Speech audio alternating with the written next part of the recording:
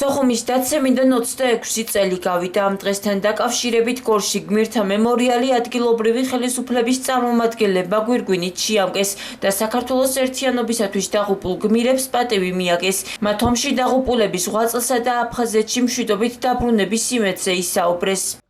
დღეს არის უმძიმესი დღე საქართველოს ისტორიაში, პატივი მივაგეთ გმირების ხსოვნას. ზოგადად ვთვლი, რომ დღევანდელი დღე არის სიმბოლო იმის, რომ ორი ხალხი, ორი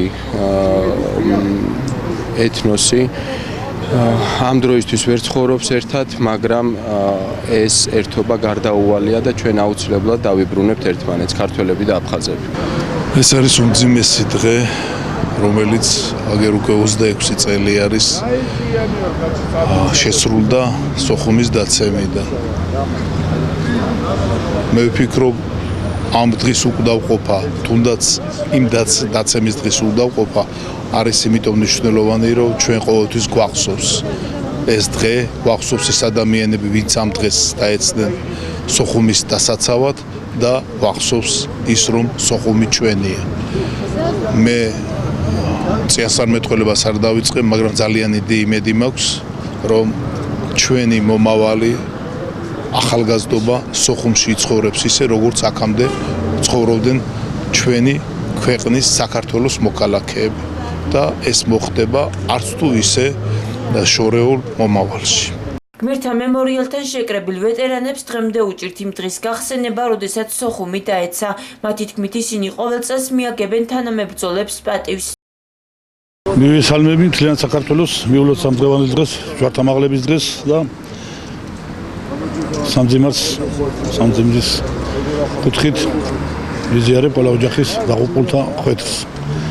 ჩვენ ვეტერანები ყოველთვის ვიკრიბებით, როგორც გორში ამ მემორიალთან, ისე ნიქოზში, ისე შინდისში. რაც შეგვიძლია გამოხატავთ იმ წუხარებას ჩვენი თანამებრძოლი დაღუპული ბიჭების მიმართ. დანარჩენი სხვა რა მოგახსენოთ, მთავრობასაც რა შეუძლია ეხმარება, რაც არ შეუძლია აქტივისტი. გაუსაძლისი პირობებით გვაქვს ვეტერანებს, მაგრამ რა ვქნათ, უძლებთ. ჩვენზე ვედუ დღეს კიდე სხვები არიან, ამიტომ ისევ ჩვენ უნდა მივცეთ მაგალითი.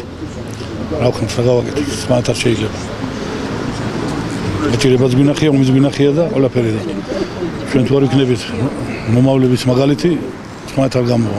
შეგახსენებთ, რომ სამხედრო დაპირისპირება აფხაზეთში 1992 წლის 14 აგვისტოს დაიწყო. იგი 13 თვესა და 13 დღეს გაგრძელდა და 1993 წლის 27 სექტემბერს სოხუმის დაცემით და საქართველოს შეიარაღებული ძალების მარცხით დასრულდა. ქართული მხარის ამ დრომდე დაუზუსტებელი მონაცემებით აფხაზეთში 1992 და 1993 წლებში მიმდინარე სამხედრო დაპირისპირებისას ქართული მხრიდან 10,000-ზე მეტი ჯარისკაცი და მშვიდობიანი მოქალაქე დაიღუპა. 300,000 აფხაზეთიდან დევნილი ქართველი კი უსახლკაროდ დარჩა.